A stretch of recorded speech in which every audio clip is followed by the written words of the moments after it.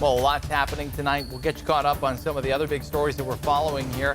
Tonight, the first of several preliminary hearings for the K-Street shooting suspects ended a short time ago. With some strong emotions in the courtroom, several family members of the shooting victims were there to see and hear from witnesses who responded to the scene back in April of 2022. Roxanne Elias is live at the Sacramento County Superior Court after speaking with the families there. And Roxanne, how are they doing after today's hearing? It was hard, Luke. It's a very long, grueling day for them as they had to relive the day all over again, or so it seemed like as they watched photos and videos.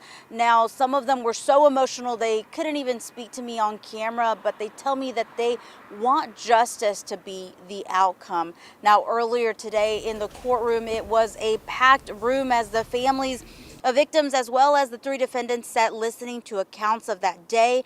In total, 6 people died, 12 others were hurt. Much of the hearing involved conversations with law enforcement from the Sacramento Police Department and how they responded to victims and the crime scene. Officers say they remember it as very chaotic, a lot of screaming and yelling that night.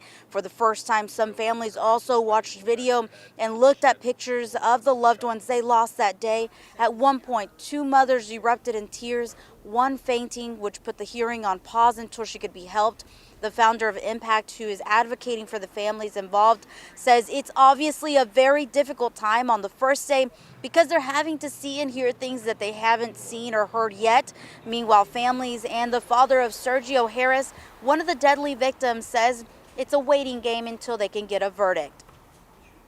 It's very important for me to get justice.